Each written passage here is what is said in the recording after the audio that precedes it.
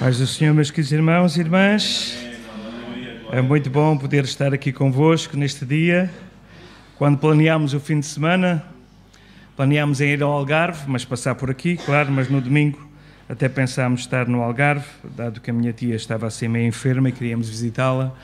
Então tirámos o fim de semana lá em Lisboa, mas entretanto a tia melhorou, graças a Deus, e disse-me, não gastes este dinheiro, vem cá em baixo. Então ficámos aqui e, claro, esta é a nossa casa também, não é?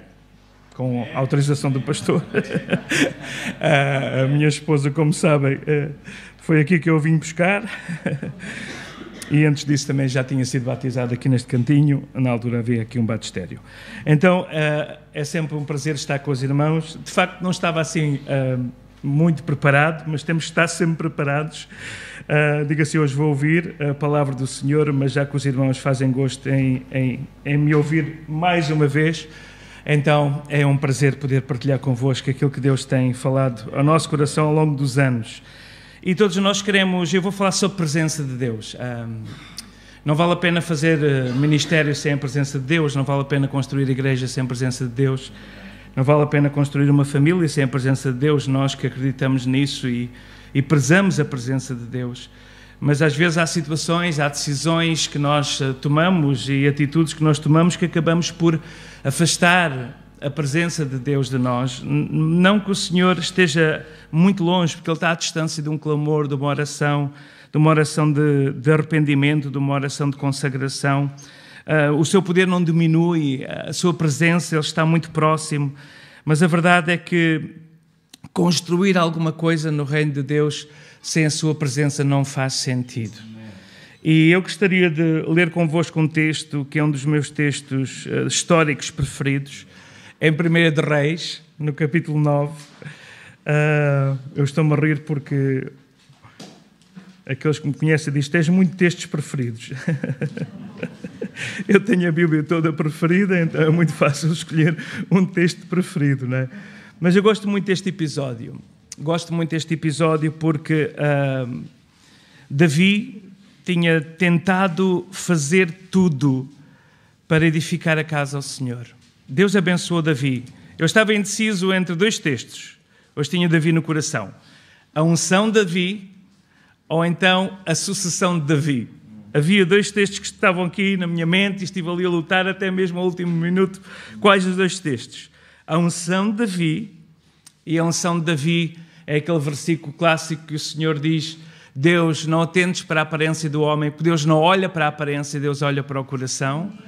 E ele é escolhido, apesar da sua família o ter marginalizado, o seu pai Jessé, o seu irmão mais velho, que ele tinha um complexo de superioridade, enquanto Davi era muitas vezes julgado, apesar de não ser complexado, porque ele era um homem que tinha proximidade com Deus, de adoração, de louvor, e aquela vida de adoração e louvor fazia-o ter confiança para enfrentar ursos e leões, para enfrentar o Golias quando chegou à altura, porque a proximidade com Deus resulta sempre em autoridade espiritual.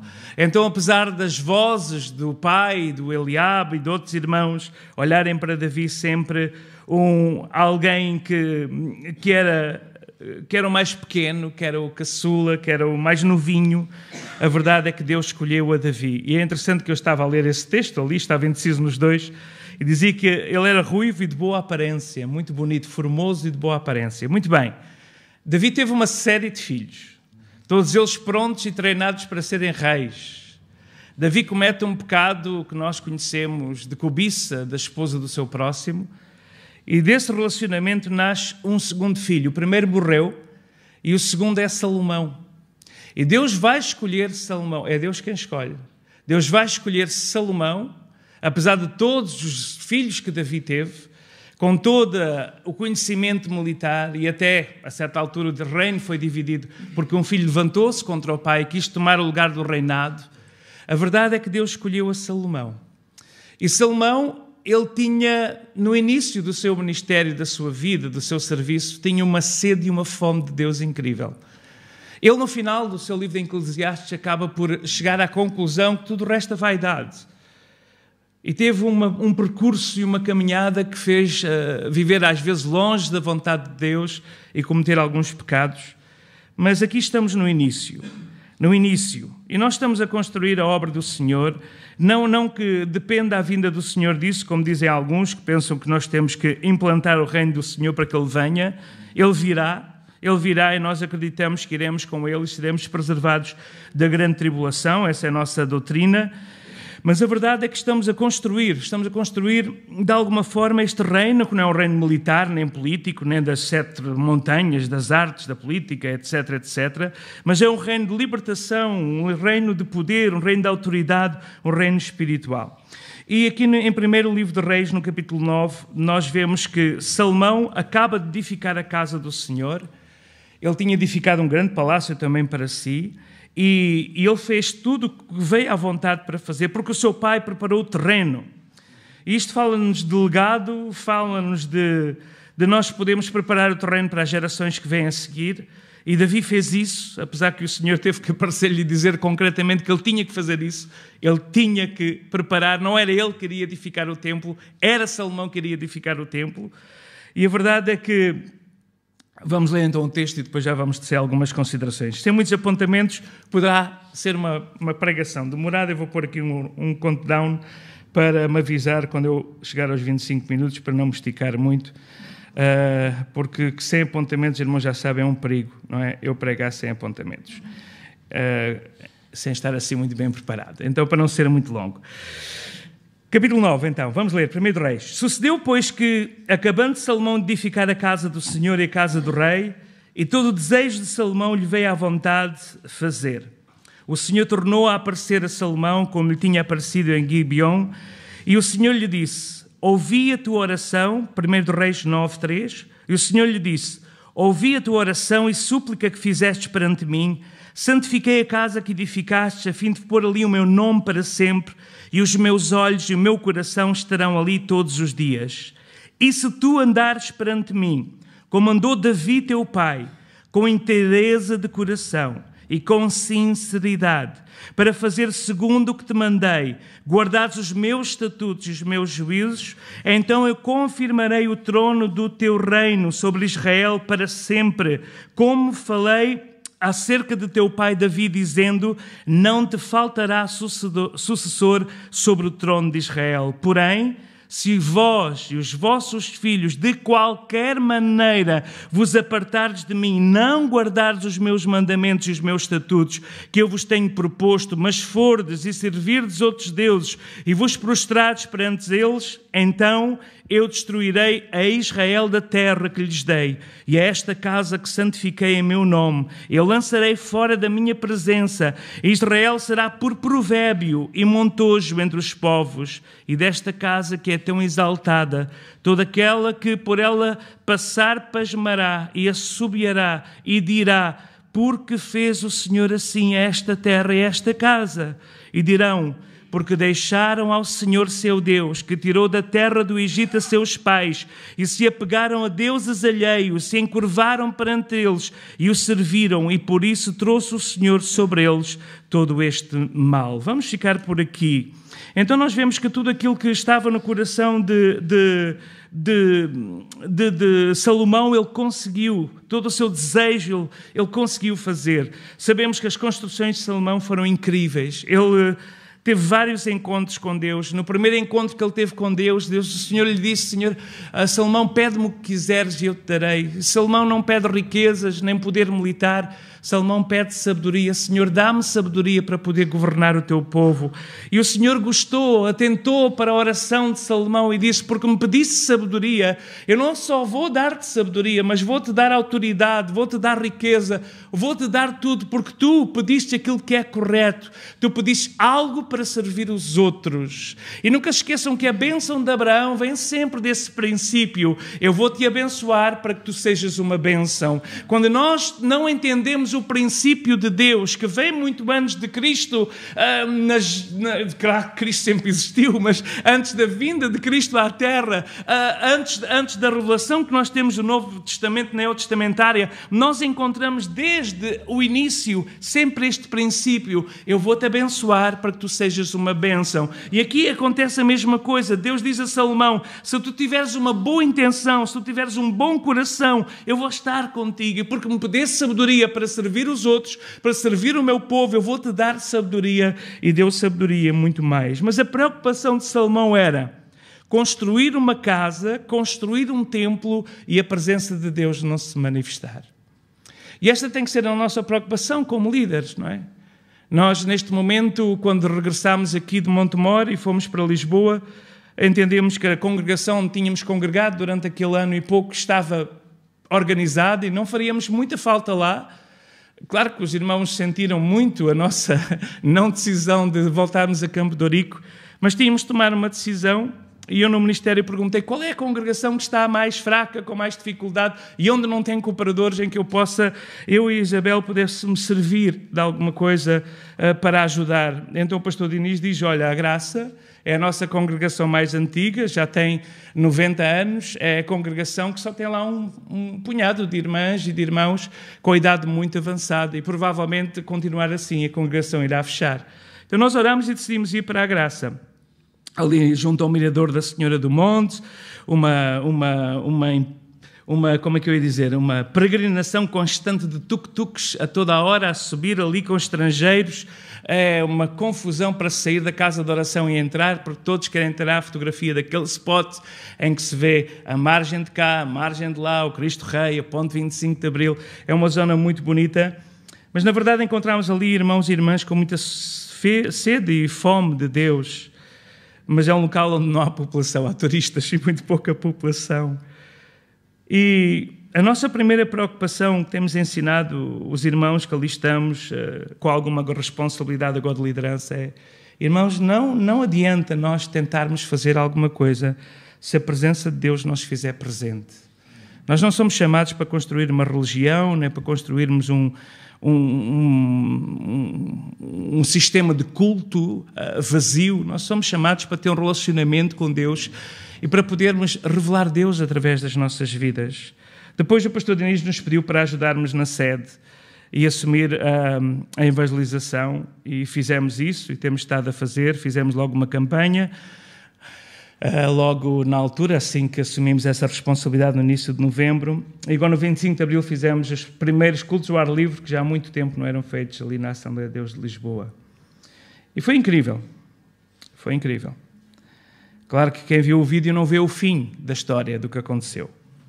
Mas no final, num bairro social, nas Galinheiras, em cima de um coreto, depois do pastor Henrique ter pregado, e não ter havido nenhuma decisão, eu senti que Deus queria fazer mais alguma coisa e partilhei algo do meu coração e fiz um apelo e 6 pessoas vieram à frente em plena rua, fora os outros que tiveram vergonha de vir e que nós falámos depois, e a chorar e quebrantados, os mesmos que no início estavam ali em droga e álcool, era só cervejas em todo lado, uma zona muito degradada. Quando chegámos ali pensámos, será que a gente vamos sair daqui bem?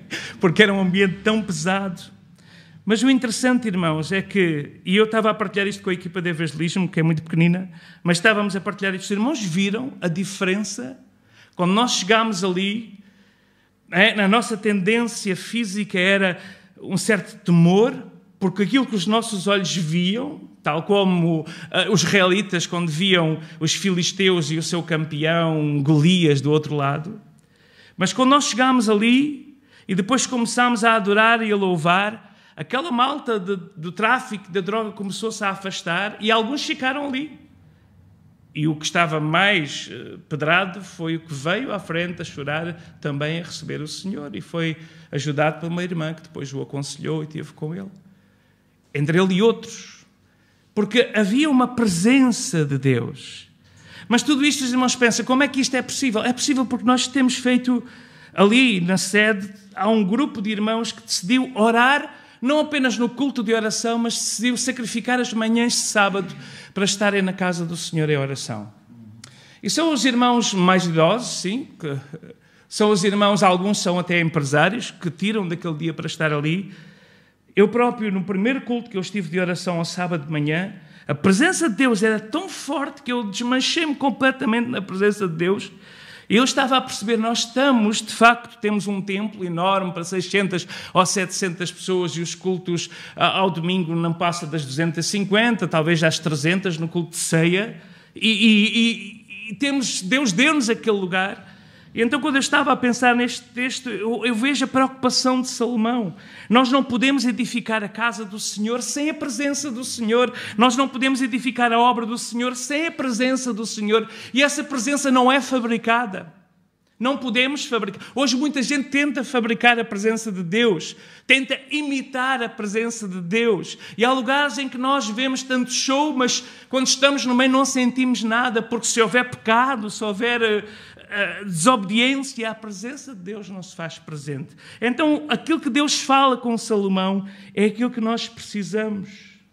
O Senhor aparece em Salomão no verso 2 e no verso 3 diz: eu ouvi a tua oração, eu ouvi a tua súplica. E vejam, irmãos, a oração é sempre aquilo que abre a porta para aquele lugar entrarmos na presença, onde está o seu séquito, onde está a sua glória, onde está a sua presença. Eu ouvi a tua oração, eu ouvi a tua súplica que fizeste perante mim. Eu já santifiquei a casa que edificaste, a fim de pôr ali o meu nome para sempre, e os meus olhos e o meu coração estarão ali todos os dias. Então o Senhor quer pôr o seu nome para sempre.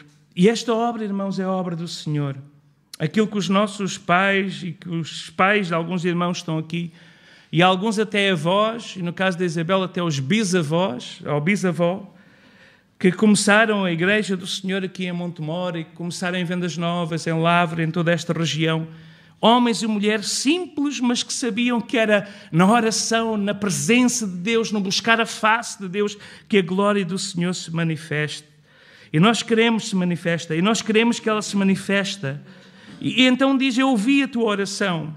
A oração, o Senhor sempre ouve a oração quando a oração é feita de uma forma correta. Não é uma oração para nosso benefício próprio, mas é uma oração em que nós queremos glorificar o nome do Senhor e queremos que o nome do Senhor seja glorificado. E ele diz: eu ouvi, e os meus ouvidos estarão ali. Mas existem algumas condições. Então, sobre essas condições, gostaria de falar. Encontramos no verso 4 as condições. A primeira condição é: se tu andares perante mim como andou Davi. E nós podemos pensar, mas nós conhecemos a história de Davi. Davi fez os pecados mais hediondos, como adultério, como homicídio. Davi, mas quem é Davi? Mas vejam que Deus não vai realçar a religiosidade de Davi. Deus não vai realçar a sua atitude perante os outros exterior. Deus vai realçar a atitude interior de Davi perante Deus. E é isso que ele diz: se tu andares perante mim como andou Davi teu pai, como? Com inteireza de coração.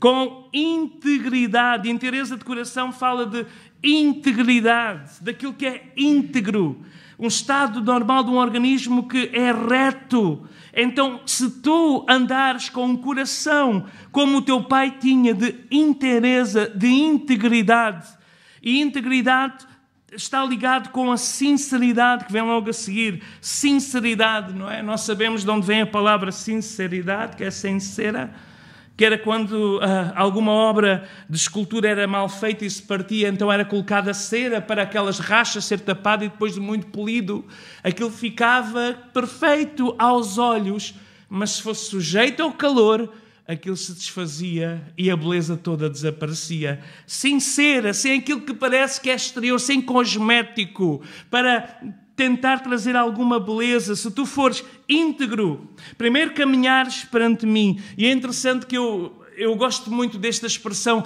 andar perante o Senhor, caminhar perante o Senhor. É nós termos a noção que os olhos de Deus estão sempre sobre nós.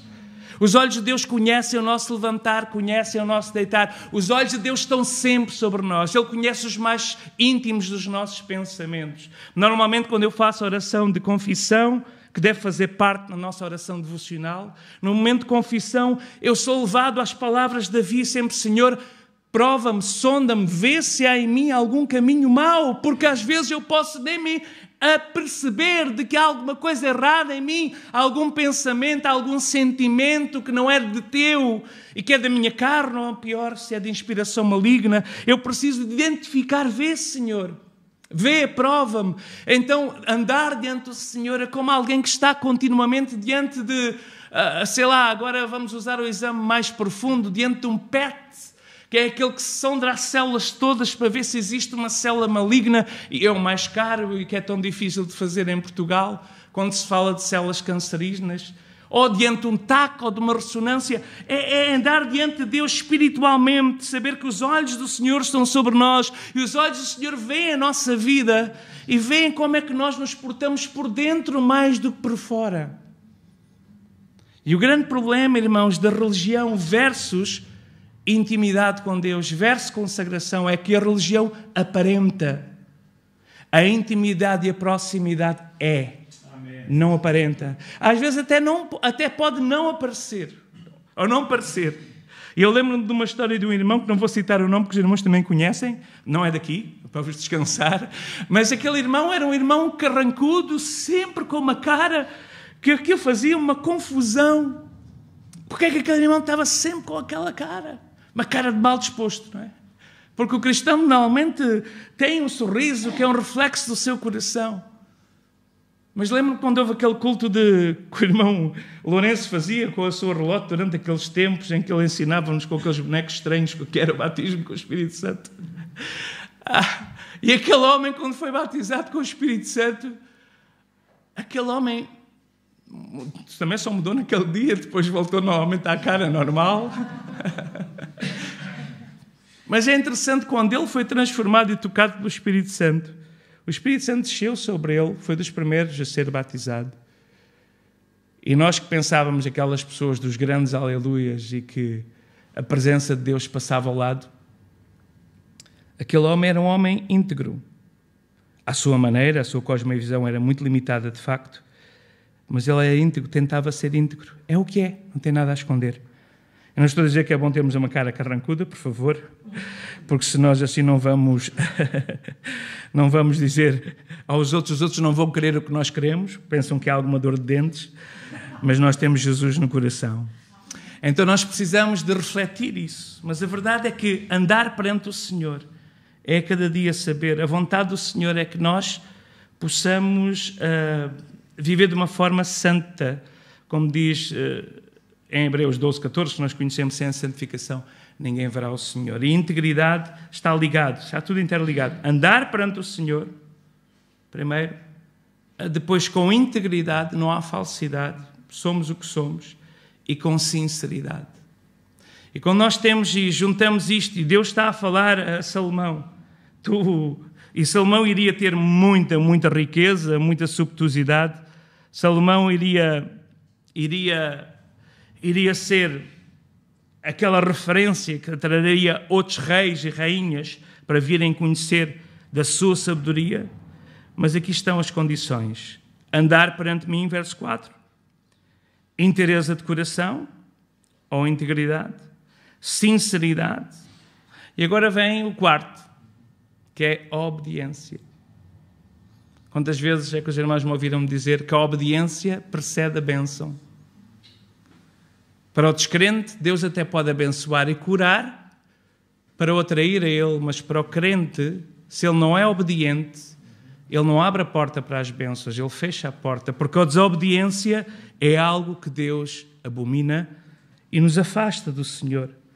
Então diz mesmo, para fazer de segundo tudo o que te mandei, guardando os meus estatutos e os meus juízos. Fazer, praticar, guardar e praticar os estatutos e os juízos. E se tu fizeres isso, guardares a palavra no coração, para não pecares contra mim, se tu guardares os estatutos e os juízos, e se tu fizeres e procederes, o procedimento é coincidente, o procedimento é um reflexo da guarda dos estatutos e dos juízos. O conhecimento dos estatutos e dos juízos provoca em nós uma obediência voluntária a esses estatutos e juízos. Então, se tu fizeres isso, e tu queres bênção, tu queres presença, tu queres descendência, tu queres que este nome seja conhecido, o meu nome seja conhecido, o meu nome que está na casa que tu edificaste, o meu nome seja... É isso que tu desejas. Então guarda isso, anda a cada dia, não te esqueças que os meus olhos estão a olhar para ti, não te esqueças que os meus olhos estão sobre ti, não te esqueças que tudo o fazes, tudo o que ages, a forma com que reflexes, deve ser um reflexo de que os olhos do Senhor estão sobre mim. Isso não significa que não vamos errar, Mas significa que o temor do Senhor é o princípio da sabedoria. Sabermos que Deus está a olhar e a ouvir tudo o que dizemos e a ver tudo o que pensamos. E se nós tivermos esta noção profunda de que Deus está a ver tudo o que pensamos e o que vemos e o que falamos e o que escutamos, essa sensação de saber que Deus está... É como alguém que sabe que está a ser observado. Não é? Quando nós sabemos que alguém nos está a observar, nós mudamos o comportamento. Quando ninguém nos está a observar, nós vamos roer as unhas. Se alguém estiver a observar, nós já não roemos as unhas. A minha mulher perguntou-me se eu roo as unhas. Digo assim, eu devo roer, porque elas, de facto, eu corto-as muito pouco e estão sempre curtas, mas eu não me recordo quando é que isso acontece. À vista de alguém, isso não deve de acontecer, porque ela também não me vê a roer as unhas. Quando é que isso acontecerá? Será quando estou a dormir? É um mistério. Mas acontece. Mas quando nós sabemos que alguém está a olhar para nós nos portamos bem. Ou os adolescentes querem se portar mal porque alguém está a olhar para eles. Porque acham que ao se portarem mal vão chamar a atenção dos outros. E porque querem chamar a atenção até se portam mal. O comportamento é medido pela ideia de que alguém nos está a observar. E o nosso comportamento é modificado pela ideia de que alguém nos está a observar. E o nosso comportamento devia de ser também modificado pela ideia de que Deus nos está a observar. Que há uma multidão de testemunhas também que nos está a observar. E eu sei que isto aqui é muito polémico em termos de doutrina, mas os irmãos sabem que eu acredito, porque a palavra de Deus fala sobre isso. Como é alguém que está num estádio e nós estamos a correr e estamos tão cansados e já temos aqui um problema neste nervo que de repente bloqueou e continuamos a correr na nossa caminhada, na nossa corrida espiritual. E existem os anjos e o Senhor que nos está a ver, Jesus que está a interceder por nós, o Espírito está a dizer, vai mais um pouco, não desistas, vai mais um pouco, não desistas, corre mais um pouco, porque o fim é chegarmos à meta. E toda aquela multidão no estágio está à força, não desanimes. Toda a gente pode ter desamparado, os outros podem ter abandonado a corrida, mas continua a correr, continua a caminhar. Então esta sensação de que os olhos do Senhor, não te esqueças, anda perante mim como andou Davi teu pai. E Davi teve momentos de embriagado em que ele subiu lá ao terraço e começou a fazer zapping nos canais e parou na casa do canal da vizinha de bolinha vermelha porque ela estava a tomar banho. E quando realmente ele parou ali naquele canal, ele deixou que aquelas imagens entrassem na sua alma e desceu ao seu corpo e a tendência da carne pecaminosa veio de cima e ele convidou Batseba a estar com ele. E ele pecou e depois, para encobrir o seu pecado, fez um segundo pecado. E nesse momento de embriaguez do pecado, nesse momento de loucura do pecado, ele não se lembrou, ele não tinha a ideia, ele naquele momento esqueceu-se que os olhos do Senhor estavam em todo lugar.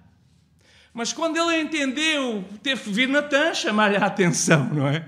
E contar-lhe a parábola da ovelha, do pobre, quando o rico tinha tantas ovelhas. E quando ele disse, esse homem merece a morte, e Natã disse, esse homem és tu, Davi. E eu, uau, o quê? Não! E quando ele de repente se lembra o que tinha feito, ele diz que vai para a casa do Senhor, prostra-se com a cara no chão e fica ali. E ele sabia que a notícia viria. O bebê iria morrer. Mas ele tentou fazer tudo para interceder diante do Senhor para que ele não morresse. E ele morreu. E quando vieram lá os seus serviçais para lhes dar a notícia, não queriam dar a notícia, Davi disse, estão aí? O bebê morreu, não é? Morreu. Então, pronto, posso lavar a cara e posso recomeçar a minha caminhada com Deus. E a partir daí ele andou. E Deus está a falar agora com Salomão e está a dizer, se tu andares assim, sincera, íntegro, fazeres o que eu te mandei, guardares os meus estatutos, então podes ter a certeza que vai haver resultados positivos. Verso 5. Então eu confirmarei o trono do teu reino sobre Israel para sempre, conforme eu falei acerca do teu pai Davi, dizendo, não te faltará sucessor sobre o trono de Israel. E nós sabemos, irmãos, que o grande sucessor foi Jesus Cristo, que passa por esta linhagem conturbada de decisões e de atitudes. Mas a verdade é que este sucessor, esta linhagem, para eles era muito importante porque fala de autoridade. E lembra-se, eu falei há pouco da autoridade espiritual. Quando eu estava a partilhar, quando entramos ali no Bar das Galinheiras, eu disse às irmãs, são irmãs que estão connosco, irmãs do grupo de oração, nós tínhamos estado lá a ver o local, a escolher o local para fazer o culto ao ar livre, e ele veio algumas irmãs comigo no carro, e o pastor Henrique, que estava comigo, e uma irmã disse logo, eu estou a ver aqui muita pressão diabólica. Ela tem assim, uma percepção mais de visões, até contou a visão que eu não vou contar aqui, que ela contou, sobre a pressão diabólica que havia naquele lugar. E disse assim, não se esqueçam, se nós estivermos bem com o Senhor, se nós estivermos em integridade do Senhor, pode ser a maior potestade que está aqui, mas essa potestade vai ter que sujeitar ao poder de Cristo que é em nós quando nós pisarmos este lugar. Eu estava-vos a dizer que no início nós sentíamos aquela opressão à volta, sentíamos as pessoas, vinha alguém que queria cantar fado, outros queriam dançar enquanto estávamos a cantar os coros, outros queriam falar palavras feias, estavam a falar, e o som até não era muito potente, pensava que era mais potente, até era um pouco fraco, mas a verdade é que de repente a presença de Deus começou a estar naquele lugar. Aleluia. E quando nós dizemos agora, e chamamos as pessoas, dizem agora venham aqui, sem medo, sem vergonha, venham aqui, eu vou descer, vocês vêm aqui e nós vamos orar juntos. E começam as pessoas a vir. E aqueles jovens estiveram a gozar e a criticar, a descer. Nós vimos isso tantas vezes durante as campanhas, já há tanto tempo que eu não via isso, aquilo impressionou-me. Foi agora no dia 25 de Abril. Na primeira parte foi difícil, de manhã, num bairro rico, aí estavam todos a longe, não é? Quando não há necessidade, têm tudo, não querem saber de Deus, mas tínhamos que anunciar aos ricos e depois tínhamos que anunciar aos pobres. E os irmãos disseram, mas não vale a pena aí, as pessoas não vão reagir. Eu digo, não, nós somos obrigados a anunciar a todos. Então vamos começar nos ricos, que é mais difícil, e depois vamos para os pobres, que é mais fácil, porque a gente sabe que os pobres reagem melhor ao Evangelho. E grande parte de hoje que estamos aqui, os nossos pais, os nossos avós, o meu avô era pobrérrimo. A minha avó comia berbigão sem pão, quando não havia sequer pão para se alimentar e não morrer de fome. E hoje nós estamos aqui, os nossos filhos são abençoados porque o Evangelho transformou a história da nossa vida. E se nós olharmos para a história da redenção como o Evangelho transformou a história da nossa família, nós vemos isso, é a autoridade de Deus. E é isso que Deus está a falar com Salomão. Queres autoridade, queres sucessão, queres trono que não falte, queres autoridade sobre a tua vida, então não te esqueças dos requisitos. E os requisitos é andares continuamente perante mim, os meus olhos estão sobre ti, de uma forma íntegra, de uma forma sincera. Não é imitar, ser o que não somos, é ser como somos, com as nossas falhas, com os nossos erros, mas de uma forma sincera. Se nós andarmos dessa maneira, eu vou confirmar o trono, eu vou confirmar a autoridade. Esses sinais acompanharão os que crerem em meu nome, falarão novas línguas, expulsarão demónios. E é isso que o Senhor nos diz. E é isso que aconteceu. Eu estava a dizer aos irmãos, no final do culto, os irmãos viram como o ambiente e as pessoas a dizerem, voltem, têm que voltar aqui no domingo, aqui está cheio de pessoas ao domingo, vocês têm que vir aqui mais vezes. Eu digo, não, venham à igreja, aqui só apanhar um autocarro, são 4 paragens, estamos ali em baixo, ou ali em cima, já não sei onde é que estamos na direção, mas estamos ali para o outro lado. Portanto, podem ir lá, nós estamos lá. E eles, não, venham para aqui. Comecem aqui uma igreja no bairro. E claro que o nosso desejo, o meu pelo menos, foi logo começar ali, porque lá no outro bairro onde nós estamos, os vizinhos não dão assim tanta atenção. E os problemas eram tão comuns. Você acha que Jesus me pode arranjar um emprego? Eu digo, eu tenho a certeza. Porque eu tenho tantas histórias. Rapazes tinham acabado de chegar de São Tomé, com o seu português completamente à deriva, e no fim eu estava a orar e a falar com eles. E ele dizia, achas que eu consigo um trabalho? Eu digo assim, o senhor pode dar um trabalho. E uma casa? Pois contei-lhe a história da irmã, Isabel, que tinha contado pouco tempo antes, que teve a orar, até foi mostrar uma casa à amiga, porque não era para o bolso dela. E depois de mostrar a casa à amiga, nós tínhamos estado a orar, ela tem tido esse assunto de oração. O homem da agência disse-lhe, então, mas você não quer a casa para si? Mas eu não consigo. Então, mas a gente baixa a renda. A casa é para si, a casa é sua. Deus preparou, ela nem sequer for, a filha tinha dito, tu vais sempre arranjar para os outros e nós que precisamos. Ela diz, e ela quando vai com uma atitude de abençoar, Deus abençoa.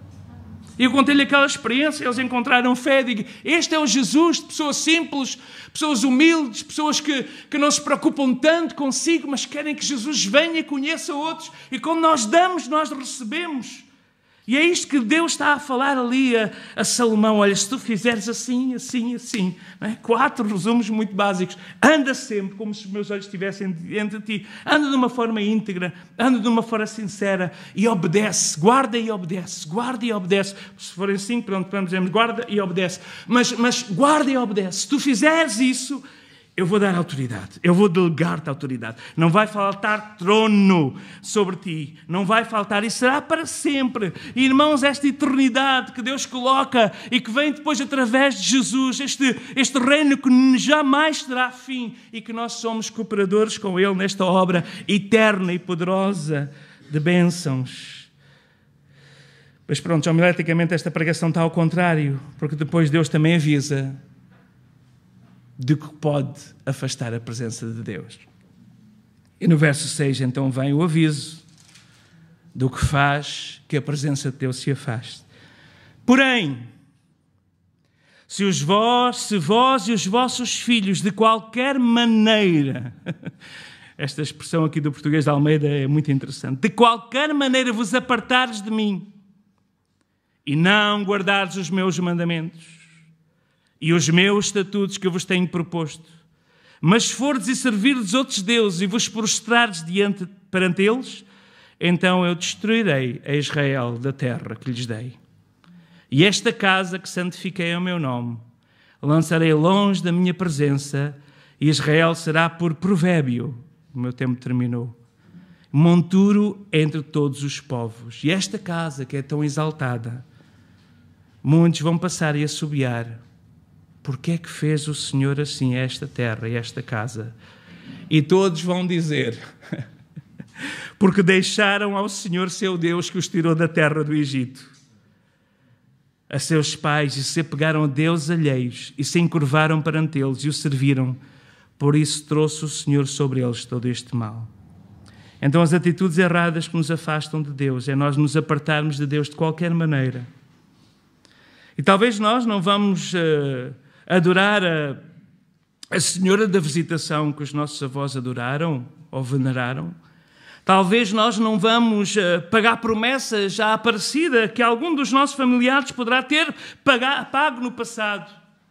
Mas se nós nos curvarmos ao dinheiro, a Mamon e a tantos outros deuses que nós colocamos no lugar da presença de Deus, e o foco da nossa vida deixou de ser servir ao Senhor para servir a nós mesmos, os nossos sonhos, os nossos projetos, ou seja o que seja, então se nós trocarmos as prioridades, se nós nos apartarmos de Deus, se nós não guardarmos os seus mandamentos, se nós entrarmos num caminho de desobediência, se nós servirmos outros deuses, outras imagens, seja de pessoas, de carne, de objetos, se nós nos curvarmos diante deles, se nós formos coniventes com os seus pecados, se nós aceitarmos algo como normal, se nós formos cúmplices, porque perante a lei o cúmplice também paga, pode ser uma pena menor, mas também é sujeito a pena, porque viu e não denunciou. E se nós andarmos por esse caminho, então vocês vão perder as bênçãos todas. Eu vou destruir Israel, eu dei-lhes a terra, eu dei esta casa, eu santifiquei o meu nome, eu vou lançar-vos para longe da minha presença, e Israel será por provérbio e montojo entre todos os povos. E o mais interessante é que isto aconteceu tantas vezes depois, não é? No Antigo Testamento, tantas vezes que aconteceu, em que eles eram levados cativos, depois lá se arrependiam, depois construíam sinagogas, voltavam para Deus mesmo seu templo, e Deus lá enviava alguém para construir o templo novamente, até que chegou o momento em que Jesus disse, não vai ficar pedra sobre pedra. E hoje só existe o muro das lamentações, naquele lugar, desta grande casa, que Deus tinha colocado o seu nome, porque eles se afastaram do Senhor. E durante centenas de anos, o país desapareceu até 1948, na resolução da ONU, que voltou a fundar o Estado de Israel. Meus amados, a palavra do Senhor é fiel, e se nós formos fiéis, se nós formos obedientes, o caminho é muito simples. Eu acho que vou terminar com a receita que o Senhor deu. não está aqui, mas está na passagem paralela, em 2 Crónicas 7,14, que nós conhecemos de cor. E aqui está a receita que o Senhor deu.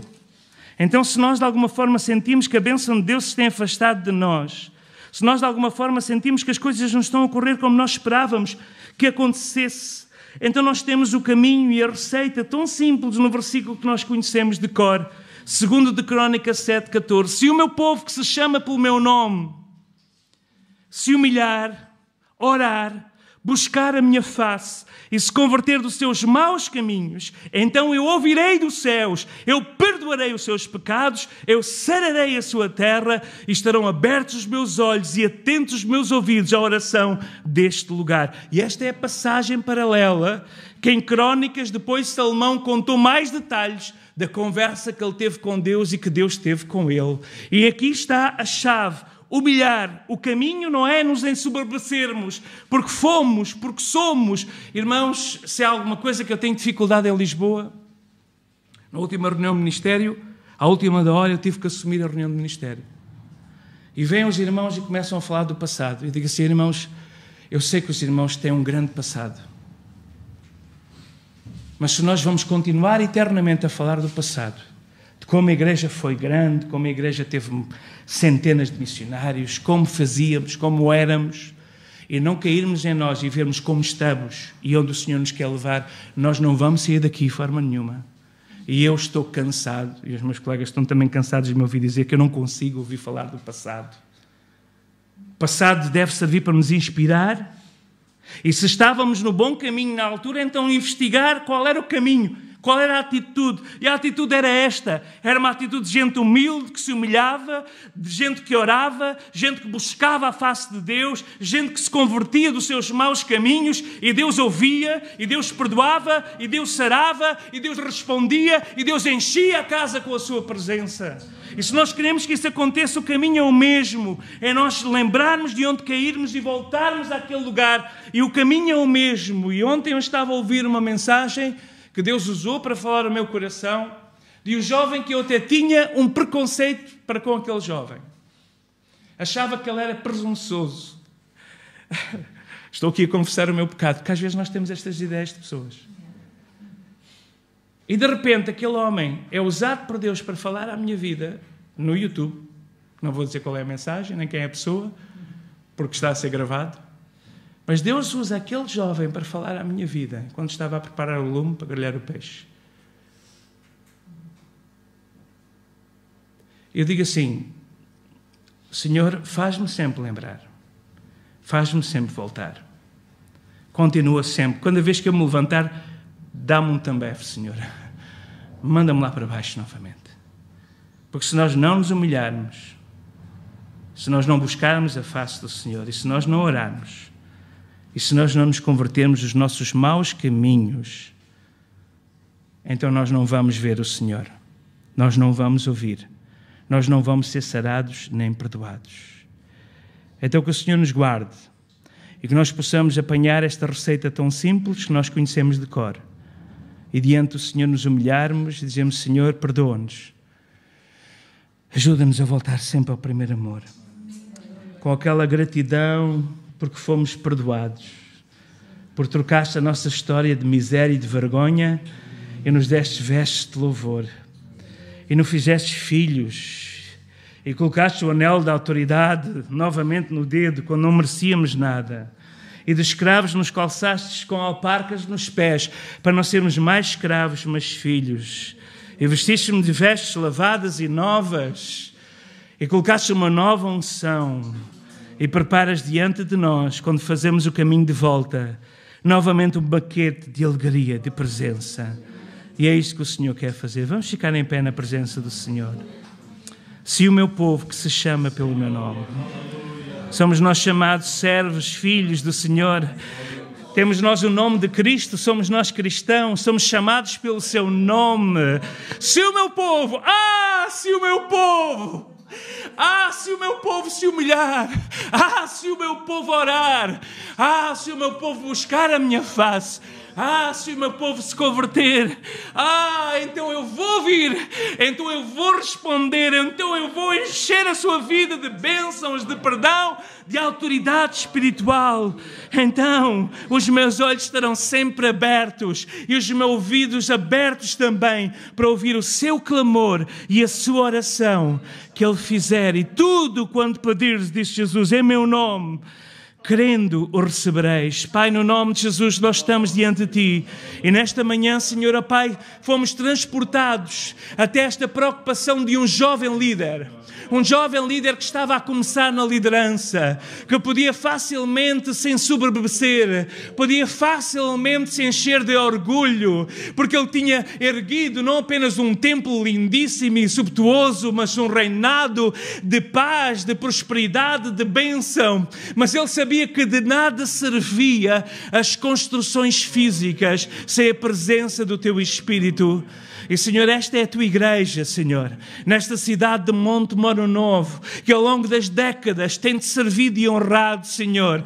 Deus, lembra-nos, Senhor, ó Pai, de andarmos como foi lembrado Salomão, e lembra-nos a nós de andarmos de uma forma íntegra, diariamente, lembrando que os Teus olhos estão sobre nós, lembrando, Senhor, que Tu conheces o nosso levantar e o nosso deitar, recordando, Senhor, ó Pai, aquilo que a Tua palavra nos ensina. E mesmo quando não nos apetece obedecer, nós escolhemos obedecer, porque a obediência é uma escolha de alma que nós fazemos, uma submissão à Tua autoridade, à verdade da Tua palavra. Então, Senhor, se nós nos queremos humilhar nesta manhã mais uma vez e Te pedir perdão, Senhor, e Te pedir que possas ter compaixão de nós e possas verdadeiramente abençoar a nossa vida, Senhor, e nos trazer de volta ao lugar quando, Senhor, um dia nos chamaste, Senhor, para fazermos proezas em Teu nome, para a Tua glória e não para a nossa glória.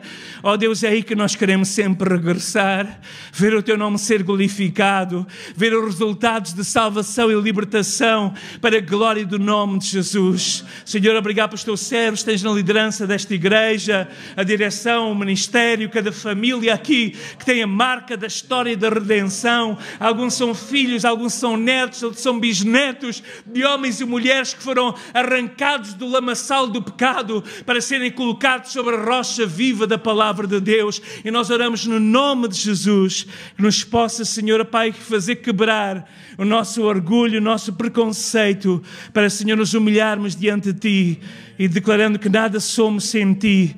E, Senhor, Pai, pedindo que regresses novamente, Senhor, com essa unção, Pai, que é comum e que é comum uma igreja que busca e que vive buscando nesta sede e nesta fome do mover de Deus. Abençoa a Tua igreja, faz prosperar a Tua obra, porque a obra é Tua, Senhor. A obra é Tua, a casa é Tua, tudo é Teu. Tu és o Senhor. Toma o primeiro lugar e ser glorificado no nome de Jesus Cristo. Amém e amém. Deus os abençoe.